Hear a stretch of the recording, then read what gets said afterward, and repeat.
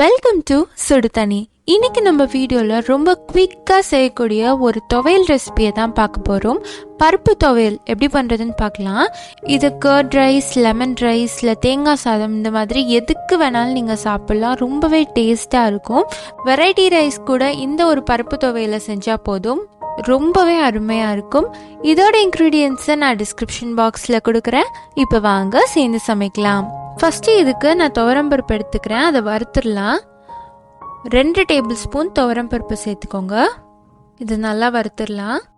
துவரம்பருப்பு கம்மியாகவே சேர்த்துக்கோங்க, ஏன்னா ரொம்ப ஜாஸ்தியாக சேர்த்தா காரத்தை எடுத்துரும், வெறும் பருப்பை வறுத்து சாப்பிட்ற மாதிரி இருக்கும். அதனால் 2 டேபிள் ஸ்பூன் மட்டும் சேர்த்துக்கோங்க. இது லைட்டாக கலர் மாறுற அளவுக்கு வறுத்துக்கோங்க. இப்போ பார்த்தீங்கன்னா நல்லா வாசம் வருது. கொஞ்ச நேரத்தில் இது ரெடி ஆகிடும். பார்த்தீங்கன்னா நல்லா ப்ரௌனாக மாறி வந்திருக்கு. இது இருக்கட்டும். அடுத்து இதே கடாயில் 1 டேபிள் ஸ்பூன் எண்ணெய் சேர்த்துக்கலாம்.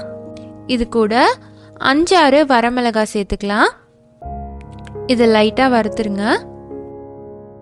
மிளகாவை ஒரு 2 நிமிஷம் வறுத்திங்கன்னா போதும், அதுக்குள்ளே இது ரெடி ஆகிடும். இது கூடவே 6-7 பல் பூண்டு சேர்த்துக்கலாம். இதையும் நல்லா வறுத்துருங்க. பூண்டு கொஞ்சம் கலர் மாதிரி வரணும். இப்போ பூண்டு வறுத்ததும் இது கூடவே கருவேப்பிலை சேர்த்துக்கலாம். 2 கொத்து கருவேப்பிலை சேர்த்துக்கிறேன். இதை லைட்டாக வறுத்துடலாம். இது எல்லாம் நல்லா வறுப்பட்டதும் இது கூட புளி சேர்த்துடலாம். நான் ஒரு சின்ன துண்டு புளி எடுத்து வச்சுருக்கேன், அதை இது கூடயே சேர்த்துக்கிறேன். இப்போ எல்லாத்தையும் சேர்த்துட்டு நம்ம ஆல்ரெடி வறுத்து வச்சுருக்க துவரம்பருப்பையும் உள்ளே சேர்த்துட்டு லைட்டாக ஒரு வாட்டிடலாம். இப்போ இது ரெடியாக இருக்குது. இது நல்லா ஆற வச்சுருங்க. ஆறுனதுக்கு அப்புறமா இதை ஒரு மிக்சியில் மாற்றிடலாம். இது கூட 1/2 டீஸ்பூன் கல்லுப்பு சேர்த்துக்கோங்க. இதை நல்லா அரைச்சிடலாம். கொஞ்சமாக தண்ணி சேர்த்து நல்லா திக்கான பேஸ்ட்டை அதை அரைச்சிட்டேன். இப்போ இது ரெடியாக இருக்குது. இதை நீங்கள் லெமன் ரைஸ், இல்லை தேங்காய் சாதம், தயிர் சாதத்துக்கு கூட இது பிரமாதமாக இருக்கும்.